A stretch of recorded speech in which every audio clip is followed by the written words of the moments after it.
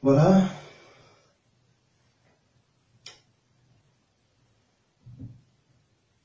Nous allons essayer de développer, de méditer le texte de Luc 24.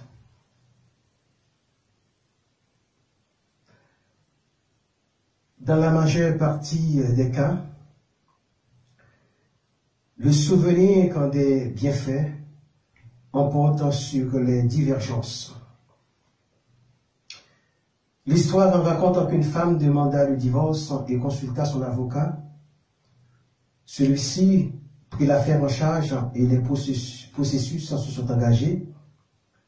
Le jour de l'audience arriva, le juge prononça la dissolution du mariage, à tort en partagé et fixa la date officielle du divorce pour une période de 6 mois. Comme les deux conjoints devaient habiter sous le même toit jusqu'au terme de la date fixée, l'épouse demanda à son avocat, je cite, « Maître, comment vais-je pouvoir vivre sous le même toit avec mon mari après le préjudice que j'ai subi quand je dois le rencontrer quotidiennement ?» L'avocat lui répondit, « Vous n'avez qu'à vous rappeler les bons moments que vous avez passés ensemble. Et vous verrez que vous ne vous rendrez même pas compte quand les 6 mois se seront écoulés. »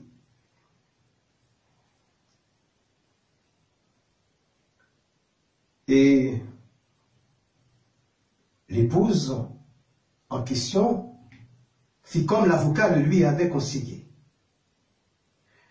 Après 2 jours, elle se mit à rassembler tous les bons et les mauvais souvenirs en commençant par les additionner parallèlement, conformément à ce que l'avocat lui avait dit.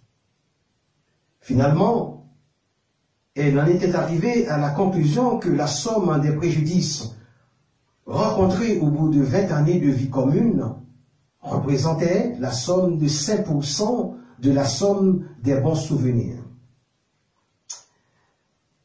Alors, s'étant rendu compte que les bons souvenirs représentent 95%, elle s'est dit, il y a plus de bons qui témoignent de l'amour de mon conjoint, de mon mari, que de mauvais, et se mit à les apprécier et les revivre. Ce faisant, elle a retrouvé son premier amour et demanda l'annulation du divorce.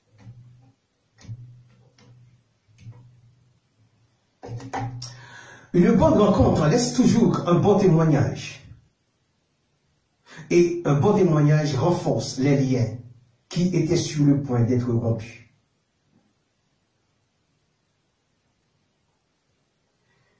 Quand quelqu'un se souvient du jour de sa rencontre avec le Christ, il se souvient automatiquement d'où le Christ l'a tiré, du trou misérable qui fut le sien, des profondes ténèbres desquelles il est sorti, des circonstances déplorables dans lesquelles il se trouvait.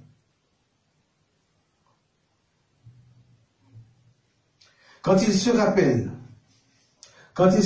tout cela, s'il était rétrograde, il reprendra la voie droite du Seigneur parce que la gratitude triomphe sur l'ingratitude.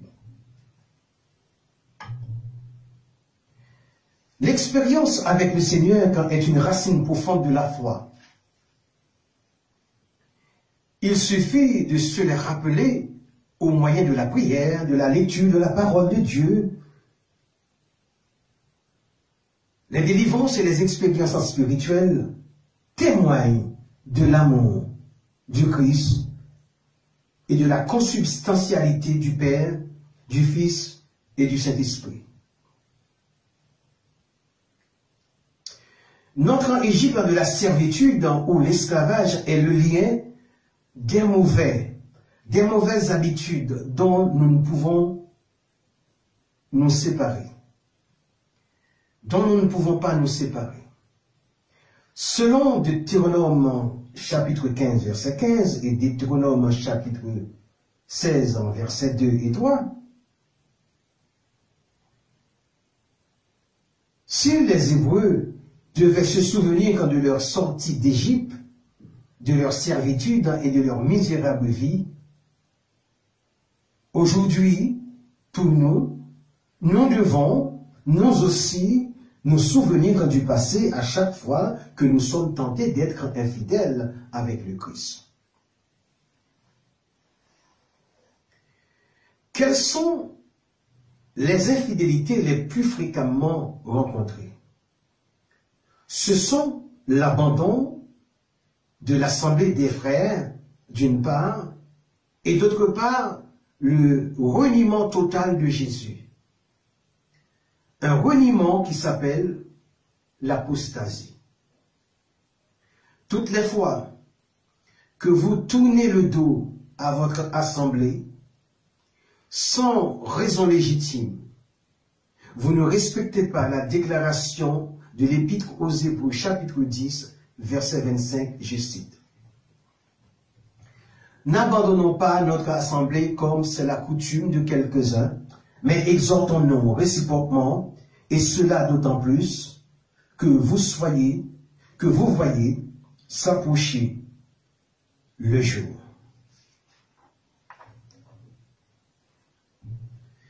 Toutefois que vous cessez d'être chrétien, vous confirmez les paroles de l'Épître aux Hébreux, chapitre 6, versets 4 à 8. Et vous devenez par conséquent un apostat, que vous soyez un homme ou une femme.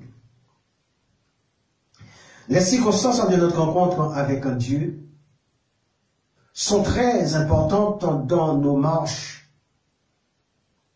et pour notre foi.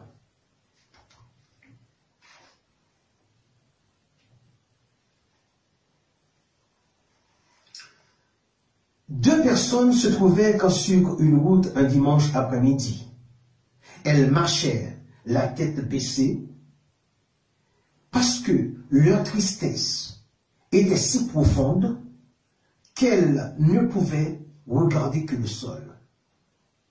Ces deux personnes étaient dans un tel état de découragement qu'on pourrait dire que le ciel était tombé sur leur tête.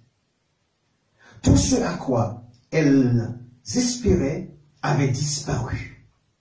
Leur pays était sous la domination d'un empire au profit duquel il avait perdu sa souveraineté.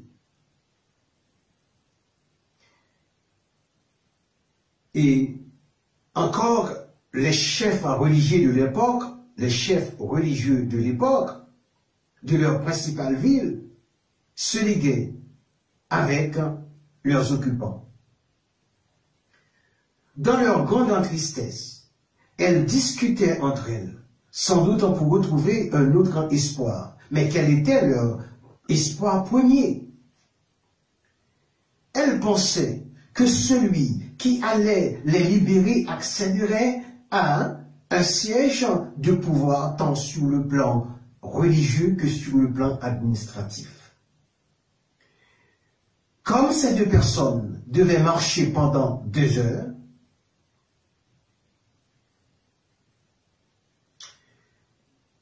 sur une distance d'environ 11 km, plus précisément 11 km et 113 mètres,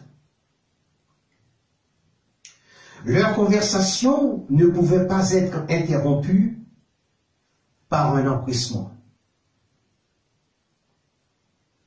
Mais sur la route, quand quelqu'un surgissant de nulle part entra dans leur conversation, ce troisième personnage, étant entré dans la conversation, leur demanda, je cite, « De quoi vous entretenez-vous » Ces deux disciples lui répondirent, je cite, « Oh, es-tu le seul séjournant à Jérusalem, ne sache pas ce qui est arrivé ces derniers jours?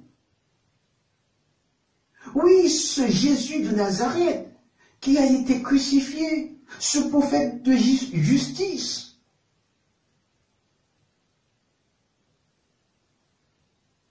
Parfois, nos yeux spirituels sont restés fermés et nous ne sommes pas capables de discerner la voix de Dieu. Très souvent, dans la tristesse, nous oublions les promesses de Dieu. De ce fait, nous oublions toujours. De ce fait, nous avons besoin de rappel des choses de Dieu. Ces deux disciples, oubliant les paroles de leur maître, avaient besoin d'un renouveau, d'un rappel à l'ordre.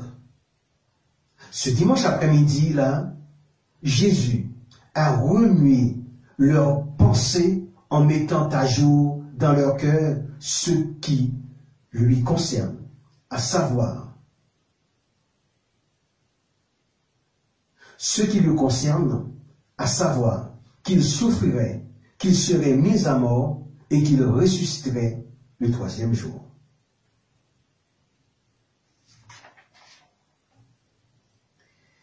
Il y a beaucoup de leçons qui découlent de cette rencontre avec le Christ ressuscité.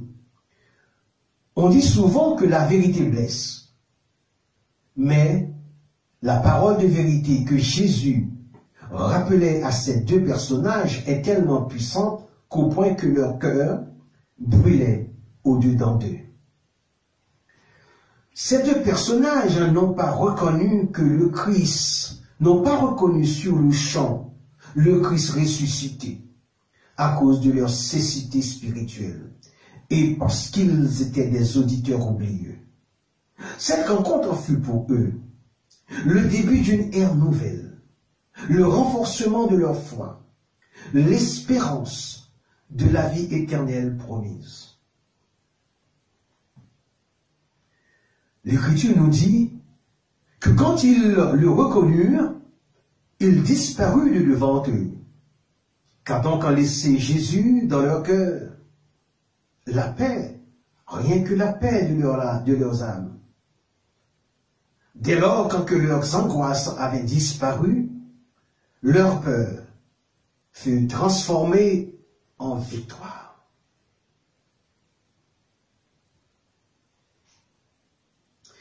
De la même façon que Jésus, après s'être entretenu avec eux, les laissa dans une sérénité ou une quiétude totale. Il en est de même pour nous aujourd'hui. Quelquefois, nous ne saisissons pas immédiatement le sens d'une conversation. Et bien souvent, c'est après quelques minutes ou quelques heures que nous en comprenons le sens selon qu'elle est angoissante ou réconfortante. Si après avoir parlé avec un individu, nous éprouvons quelques cauchemars, cela signifie que ces paroles n'ont pas été inspirées du Saint-Esprit, mais de l'homme charnel.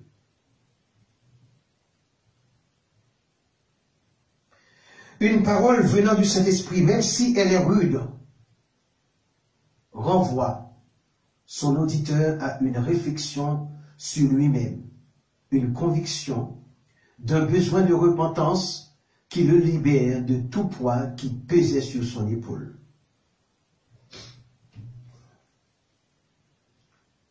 Sans discernement des esprits, nous ne pouvons pas savoir si telle ou telle parole nous est bénéfique. Mais c'est dans la passoire du discernement de l'esprit que restent les résidus qui ne peuvent pas aller dans un vase propre.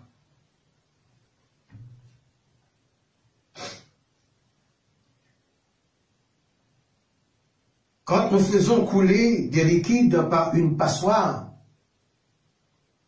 ou un filtre qui ne garde rien, cela veut dire que le contenu est sain et immaculé dans son origine.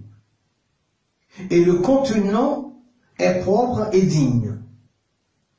Il arrive parfois que le contenu soit sain à l'origine et que c'est après être passé par le réceptacle de sa distribution qu'il rencontre la nécessité d'être passé par un filtre ou une passoire.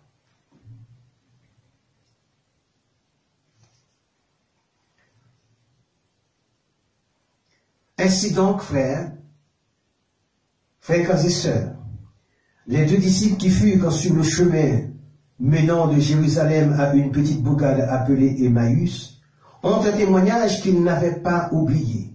Ce témoignage est leur rencontre avec Jésus ressuscité. C'est leur expérience personnelle et la motivation de leur marche vers le Canaan céleste, selon l'Épître aux Hébreux, chapitre 13, verset 11.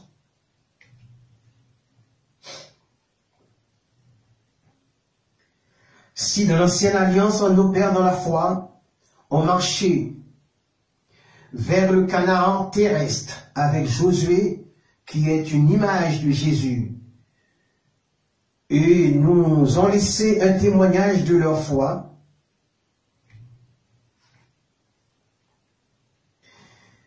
notre témoignage aujourd'hui est la rencontre avec un Jésus-Christ ressuscité. Ce témoignage nous rappelle toujours les circonstances dans lesquelles nous nous trouvions quand nous l'avions rencontré.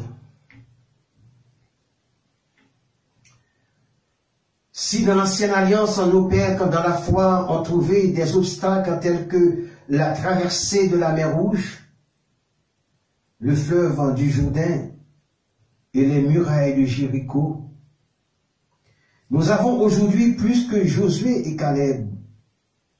Nous avons Jésus, le chemin, la vérité et la vie, selon Jean chapitre 14, verset 6. S'il y a une chose que nous devons savoir à propos du Jourdain, c'est qu'il était un fleuve très dangereux de par l'impétuosité de ses courants.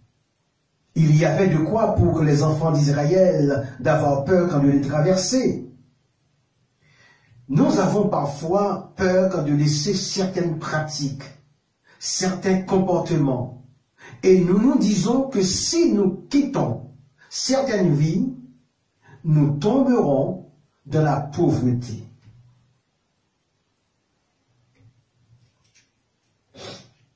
Pour traverser le Jourdain, le peuple devait suivre les consignes et rester en groupe pour marcher selon les règles. Si ce fleuve a été l'obstacle à franchir contre la noyade des enfants d'Israël, le Jourdain que les chrétiens doivent traverser est le monde maléfique de la vanité. Si les eaux de la mer Rouge représentent le monde dans toutes ses vagues méchantes, notre mer Rouge est le monde de la séduction et le monde de la tentation financière.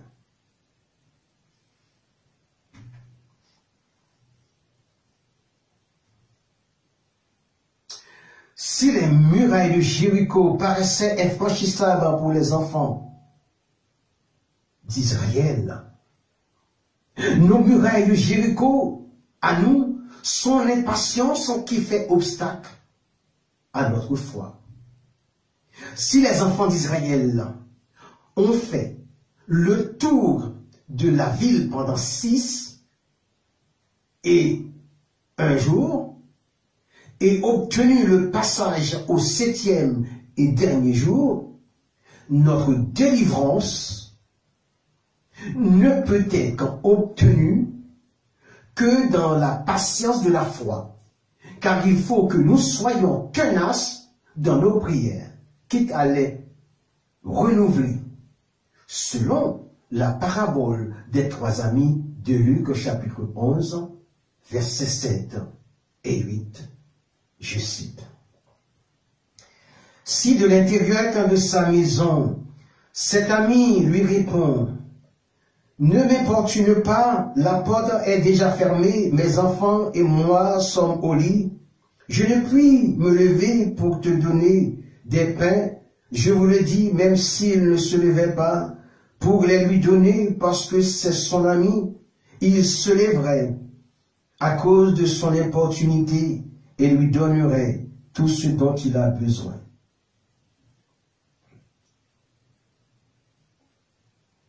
Maintenant, quelles sont les rencontres les plus marquantes de l'histoire avec Jésus?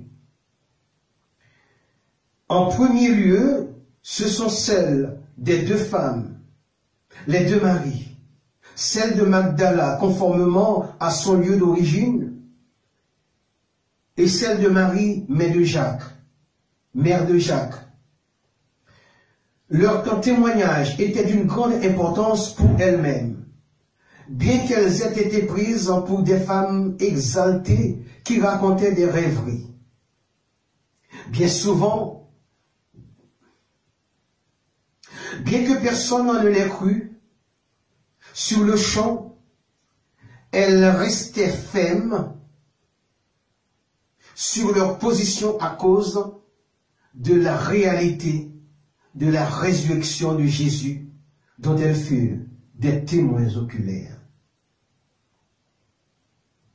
Elles aussi avaient besoin d'un petit rappel sur l'enseignement qu'elles avaient reçu de Jésus. Si nous autres serviteurs du Christ ressuscité vous parlons, ce n'est pas parce que nous pensons que vous ne connaissez pas la parole du Christ, mais c'est parce que, parfois, les vicissitudes de la vie vous font oublier votre première rencontre et votre premier amour, qui est Jésus.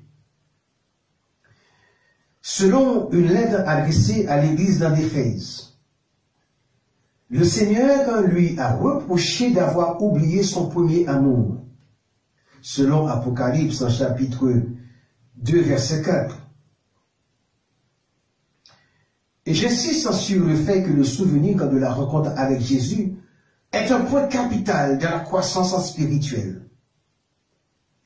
Je vais vous donner un exemple tout simple.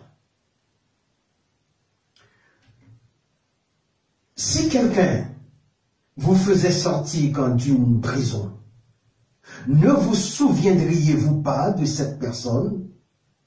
Ne vous souviendriez-vous pas de ce jour? Et toutes les fois que vous seriez susceptible de passer outre ces mauvaises expériences du passé, votre souvenir vous convaincra de prendre la bonne résolution. Le chapitre 9 de Jean nous rapporte le témoignage d'un homme aveugle de naissance. Cet homme ayant recouvré la vue, n'avait-il pas témoigné devant les pharisiens? La réponse est oui. Et au verset 17, n'a-t-il pas dit que Jésus est un prophète? Et au verset 21, les parents de celui-ci n'avait-il pas laissé le soin au miraculé de témoigner lui-même en présence des Juifs? Et même lorsqu'on le persuadait de dire que celui qui l'avait guéri est un pécheur, il est resté dans une ferme résolution en disant, s'il est pécheur, je ne le sais, mais ce que je sais, c'est que j'étais aveugle et maintenant je vois. Et si nous venons aux épisodes de l'apôtre Paul sur le chemin de Damas, selon Actes chapitre 9, verset 20. Cet homme, tout de suite après son expérience, se mettait à prêcher que Jésus était le Fils de Dieu. Ce Paul a un témoignage inébranlable du Seigneur Jésus, lequel témoignage est dû à sa rencontre avec le Seigneur. Le Christ ressuscité lui montra qu'il pouvait prendre les organes qui lui permettaient de nuire aux chrétiens. c'est-à-dire ses yeux. Mais dans son amour, a fait de lui un serviteur éprouvé.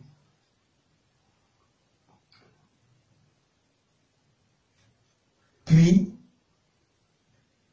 le Christ s'est montré à plus de 500 personnes et celles-ci ont fait une belle expérience de leur rencontre avec le Maître, selon 1 Corinthiens, chapitre 15, versets 5 à 9.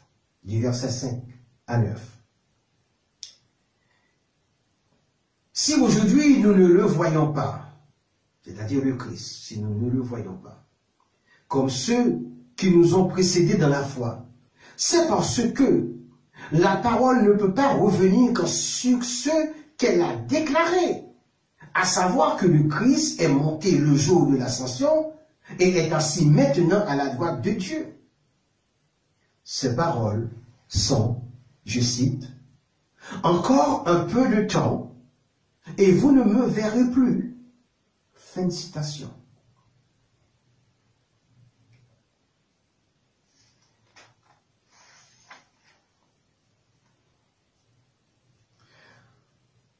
C'est pourquoi il nous a fait la promesse qu'il enverrait, selon Jean 16, verset 13, je cite, « Quand le Consolateur sera venu, l'Esprit de vérité, il vous conduira dans toute la vérité, car il ne parlera pas de lui-même, mais il dira tout ce qu'il aura entendu, et il vous annoncera les choses à venir. »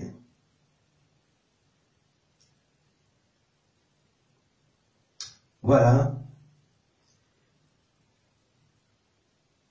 Et si nous parlons maintenant de son disciple bien-aimé, l'apôtre Jean qui l'a vu dans une vision sur l'île de Patmos, il est celui à qui a été donnée la dernière prophétie concernant la fin des temps. Il s'est montré à Jean dans toute sa splendeur en tenue du grand souverain sacrificateur. Ces témoignages de la rencontre avec le Seigneur Jésus renforcèrent le courage des disciples, des apôtres, des évangélistes, des diacres et des diaconesses, et aussi des serviteurs de l'Église primitive. Ils savaient pourquoi ils menaient des combats spirituels rudes au prix même de leur vie, et au nom duquel l'évangéliste Étienne accepta de devenir un martyr pour Jésus. Au moment qui a précédé sa lapidation, il leva les yeux vers le ciel et vit la gloire de Dieu.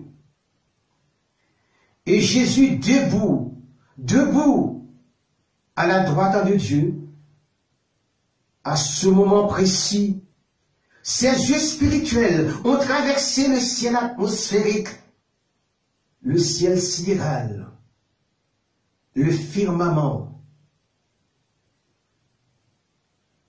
du royaume de Dieu, pour voir quand les choses inexprimables de la royauté céleste, selon Actes, chapitre 7, verset 55.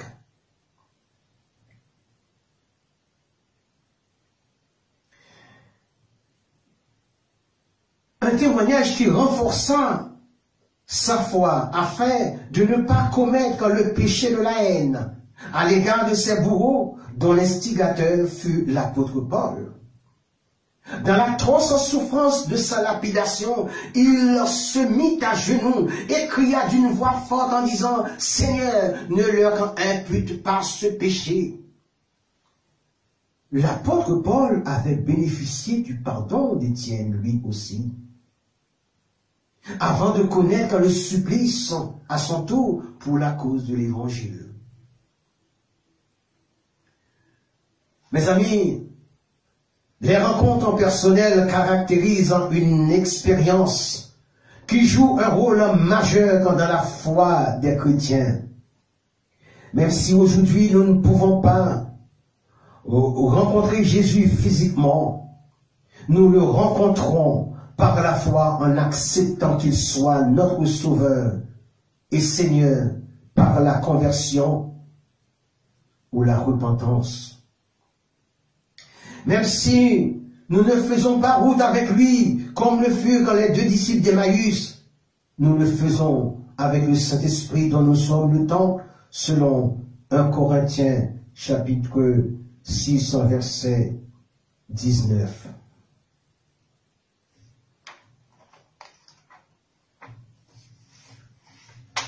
Si vous vous dites que c'est un homme qui vous a parlé et que vous n'avez pas obéi parce que vous pensez que ces paroles sont humaines, je dois attirer votre attention sur le fait que Dieu utilise la bouche d'un homme pour parler de sa part.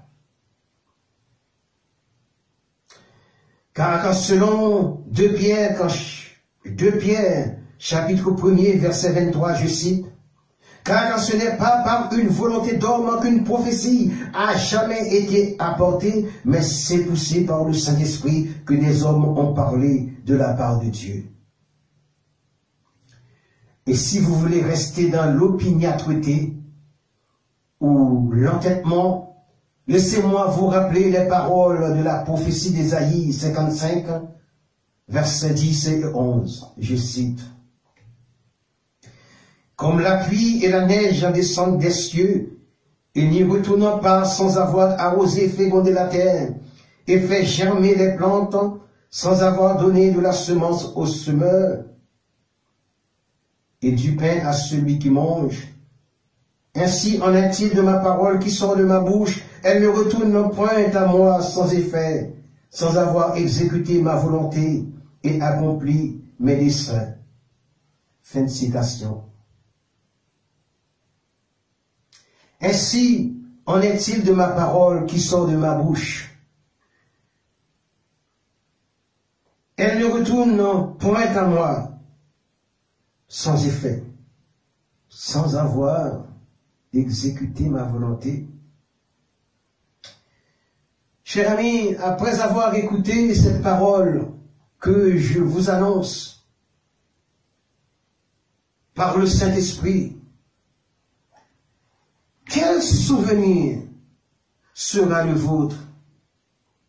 Celui du jour où vous avez accepté Jésus ou celui du jour où quelqu'un vous a fait du tort et à qui vous n'avez jamais réussi à pardonner? Si c'est le souvenir du jour où vous avez rencontré votre premier amour en ayant accepté Jésus et que vous n'auriez pas combattu selon les règles, alors repentez-vous.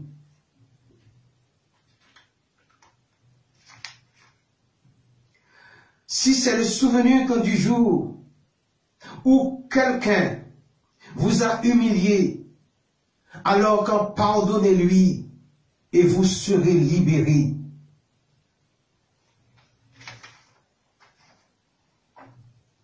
Si vous avez le souvenir que vous avez déjà eu un appel de Jésus auquel vous n'avez pas obéi, alors acceptez Jésus aujourd'hui comme votre sauveur personnel.